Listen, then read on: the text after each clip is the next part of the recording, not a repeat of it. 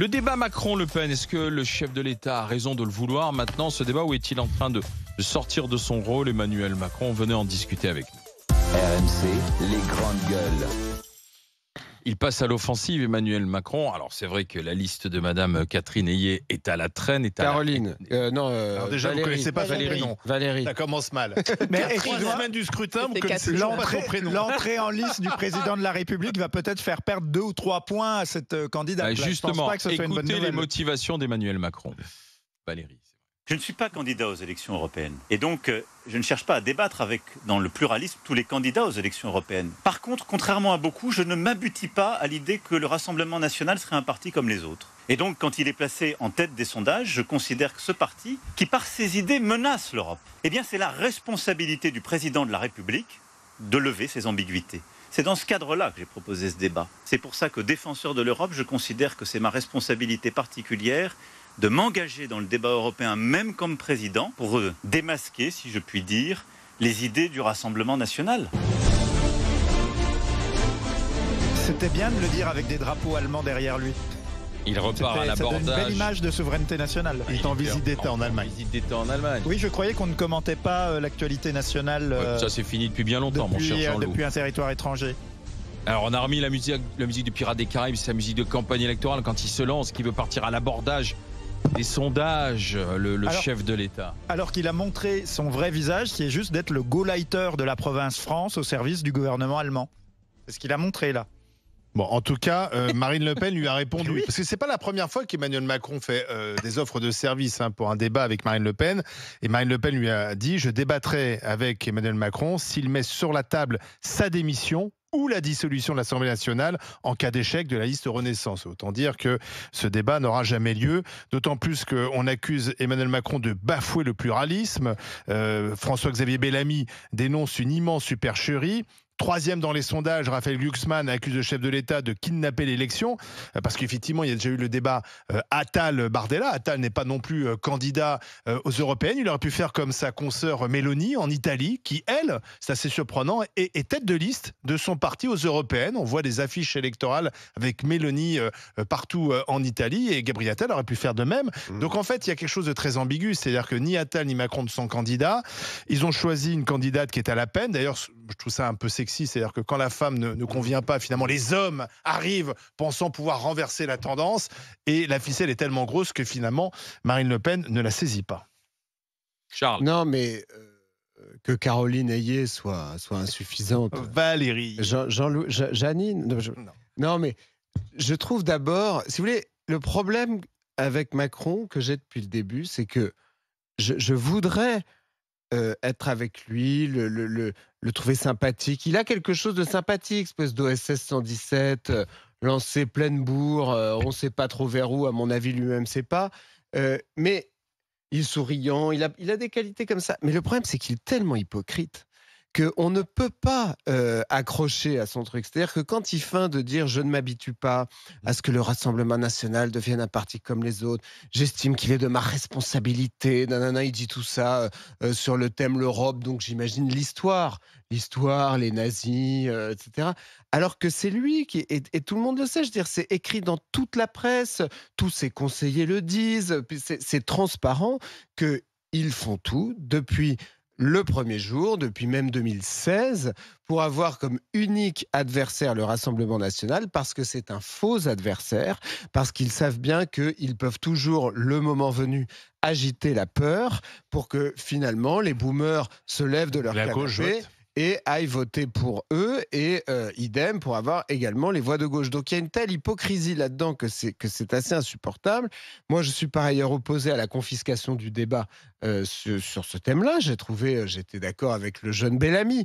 Je trouvais que cette espèce de débat, mais Attal et Bardella, un peu ridicule entre Attal et Bardella, où on avait l'impression que c'était deux enfants qui jouaient au débat présidentiel. Mais c'est quand même ça faisait quand même pas du tout sérieux. C'est un débat un peu à l'ancienne. Ça faisait pas sérieux. On aurait dit deux enfants, tiens, on disait que t'étais Giscard et on disait que j'étais Mitterrand. Et donc il joue, et puis Attal arrive sans note pour montrer qu'il n'en a pas besoin pour déstabiliser son adversaire. Résultat, il donne des faux chiffres, comme sur les OQTF, où il droit dans les yeux, justement. Il dit qu'on on est à 15% d'exécution de QTF, ce qui est un faux chiffre. Donc en plus, c'est sans note, c'est bien, mais enfin, si c'est pour dire des mensonges, c'est quand même moins bien. Et tout ça à une heure de grande écoute, de manière à repolariser le débat avec le Rassemblement national. Donc je trouve qu'il y a là-dedans beaucoup d'hypocrisie. Et je pense enfin que Marine Le Pen, elle a raison. D'abord, bon, je pense qu'elle n'a pas envie de ce débat parce que chat échaudé craint l'eau froide. Mais ensuite, je pense qu'elle a raison de dire qu'elle ne rapplique pas dès qu'on la siffle. Elle n'est pas à la disposition d'Emmanuel Macron. Ou alors, il faudrait faire un débat à 3 avec une figure de la gauche qui est en bonne position. Si on analyse la politique actuelle avec 3 blocs, c'est-à-dire un bloc nationaliste, un bloc centriste et un bloc de gauche, effectivement, il en manque un. C'est là où ça va pas, Jean-Loup Bonamy. Oh, tu veux vraiment mon avis sur les sorties du président Macron? T'aimerais bien ce débat ou pas? Pas du tout. Mais en fait, à mon avis, Emmanuel Macron garde un tellement bon souvenir de son débat de 2017 contre Marine Le Pen qu'il pense que c'est sa martingale et qu'il veut revivre cette scène qui avait été si agréable pour lui.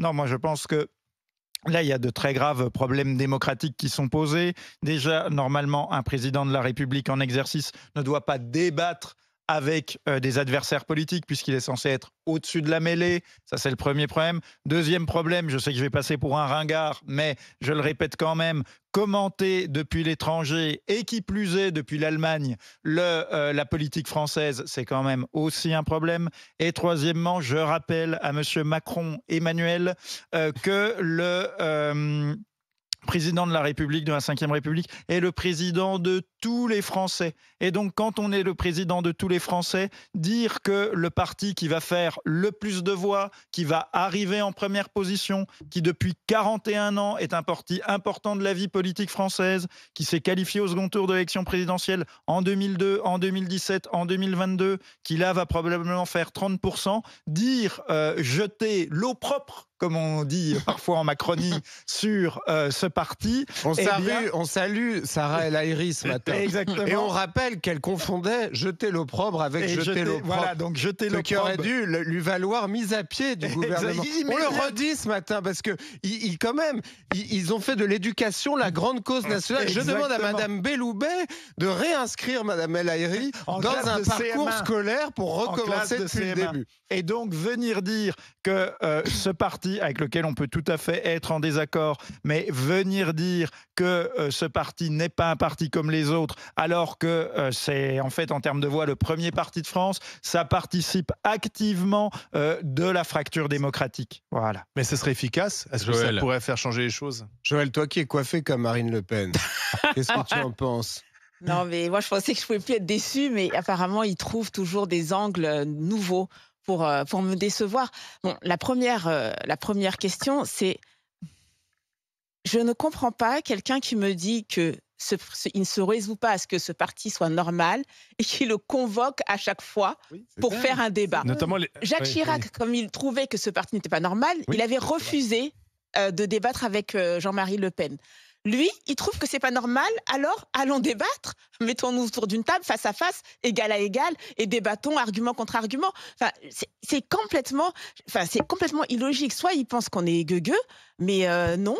Donc oui, il pense qu'on est bête. Je pense que Macron pense que les Français sont bêtes. Et qu'on ne voit pas qu'il y a une sorte de paradoxe dans son discours et que ça ne tient pas. Je ne comprends pas. Dans ton sens, et Jordan ensuite, Bardella, par exemple, avait été accueilli au rendez-vous de Saint-Denis.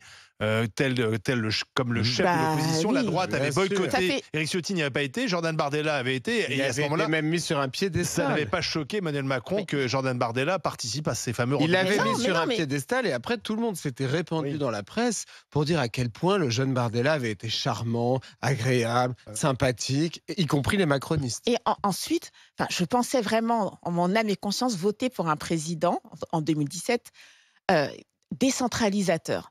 Et il est partout. Il est partout. Il est président de la République. Il est Premier ministre. Il débat. Il fait des grands débats.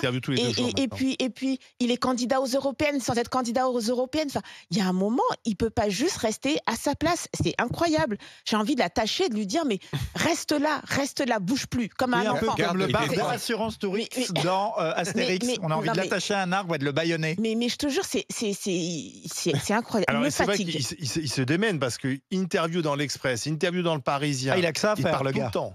Non, mais qu'il fasse un débat, qu'il fasse un débat aussi, pourquoi pas avec Glucksmann. Bah, ça serait intéressant. Qu'il fasse un débat. Ben oui, là, ce sera. Oui, mais enfin, encore une fois, ce n'est pas. Moi, je sais pas. Mais ça n'est pas son rôle de faire ces débats. Je ne sais pas ce que tu en penses, Joël. Non, mais en ça tant n'est que pas femme, son rôle. je trouve que ces gens-là maltraitent leur candidate féminine. Ouais. Ils ont choisi, c'est lui qui a choisi Valérie Ayé. Et Caroline. Bon, Valérie Ayé, visiblement, a du mal dans les sondages. Et donc, tout d'un coup, Attal dit c'est pas grave, je vais débattre à sa place avec Bardella. Ça n'a rien changé. Hein, les sondages n'ont pas bougé.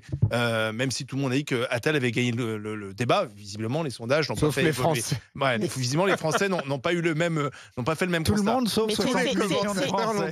Il y a toujours un décalage entre les commentateurs et les Français. On l'a vu souvent. Connu, et puis la deuxième chose, c'est maintenant Macron qui monte et qui dit moi je voudrais aller directement débattre avec Marine Le Pen. Mais je trouve ça très méprisant vis-à-vis de leur Et ça ne changera rien, attends, ça ne c'est fera pas connu. monter d'un seul Joël. point la C'est liste connu de Caroline ou on Valérie. confie en politique aux femmes, donc soit des postes qui sont très féminins, qu'on dit voilà c'est bien pour une femme, plutôt de la culture, la politique famille. familiale, des choses comme ça, La ou santé. soit on leur Non. confie des causes perdues. On leur confie des causes perdues. Et là, c'était clairement une cause perdue. Il le sait, il le savait. Et donc, il l'a donné à Valérie Ayé. Sauf que là, il a très peur que Glucksmann, du coup, le dépasse. Et donc, il faut vite aller faire quelque chose rapidement. Mais je veux dire, c'est cuit. C'est cuit. C'est cuit. Christophe, bonjour. Oui, bonjour à tout le monde. Bonjour Christophe de Haute-Savoie. Est-ce que vous le souhaiteriez ce débat alors? Oh non, pas du tout. C'est pathétique. C'est pathétique, vraiment, parce qu'en fait, depuis 2017, ça a été un espoir, Emmanuel Macron. On pensait au changement. Mais en fait, depuis 2017, il a tout fait pour que le RN en soit à ce niveau-là. C'est-à-dire que toutes les crises, il les a créées, que ce soit les gilets jaunes, la gestion du Covid, tout est en train de s'écrouler autour de nous. La sécurité, comme le disait Joël, c'est Walking Dead dans les rues, l'enseignement, l'hôpital, tout le régalien n'est pas tenu. Et là, la crise en Nouvelle-Calédonie, c'est aussi, ils n'auraient pas pu reporter cette mise en place de cette loi. Mais en fait, on a l'impression qu'il donne les bâtons pour se faire battre, en fait. Ou alors il est très mal conseillé, ou alors il n'écoute personne. Moi, je pense qu'il n'écoute plus personne. Je pense qu'en fait, il y a la peur finalement de la fin du pouvoir, en fait, parce que le pouvoir va institutionnellement lui échapper dans moins de 3 ans. La peur de peut-être pas laisser un grand bilan, la peur que les Français l'oublient, passent à autre chose, avant même d'ailleurs qu'il quitte l'Élysée, parce qu'on va rentrer, vous allez voir, dans la guerre de succession. Ça a commencé. Je sais pas si vous avez écouté Édouard Philippe sur LCI ce week-end. Il n'a cessé de critiquer de façon très courtoise, mais très en surplomb en même temps. Très en surplomb ce que fait Emmanuel Macron, notamment ce débat. Ouais. Allez-y Christophe. Oui, mais c'est-à-dire, c'est les mêmes qu'il critique qui étaient au gouvernement. Mais en fait, il y a un moment, en fait, la tête, elle est complètement déconnée du corps. Ces gens-là, ils ne vivent pas avec les Français. C'est pas possible.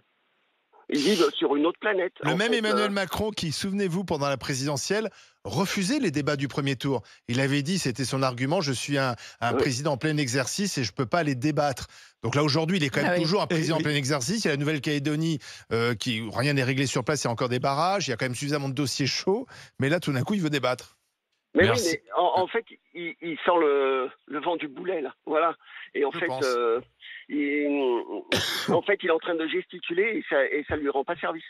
Christophe, je vous remercie d'avoir été avec nous. Et puisqu'on parle de débat sur les européennes à suivre ce soir sur RMC et BFM TV, animé par Maxime Switek et Apolline de Malherbe. Ce sera à suivre sur 20h30 avec l'ensemble des candidats, des têtes de liste.